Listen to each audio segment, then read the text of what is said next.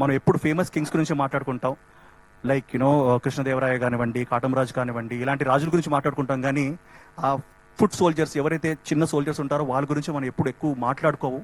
అలాంటి ఒక, మన భాషలో చెప్పుకోవాలనుకుంటే, ఒక అండర్ డాగ్ అండి, ఒక బచ్చాగాడు ఆడుతూ పాడుతూ తిరుగుతూ 985 AD, ఇది 1000 years కింద మన సెంట్రల్ ఇండియాలో, అంటే మన చిత్తూరు, మన తంజావూరు, ఈ మన రాయలసీమ ఏరియాలో ఒకడు ఉన్నాడు. ఆ టైంలో 985 ADలో ఒకడు కృష్ణ అని చెప్పేసి ఒకడు ఉన్నాడు.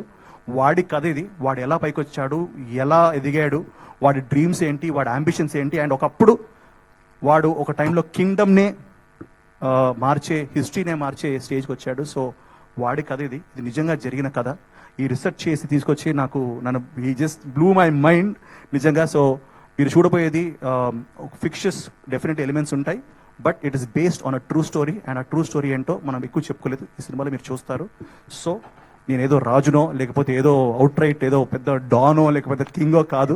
ఒక చిన్న అండర్ డాగ్ బచ్చాగాడు అనుకోండి. అలాంటి ఒక ఫెలో మనలాగే పెద్ద డ్రీమ్స్ ఉండి ఏం సాధించాడు, ఏం చేశాడు అన్నది మనం స్వయంభూలో చూడొచ్చు.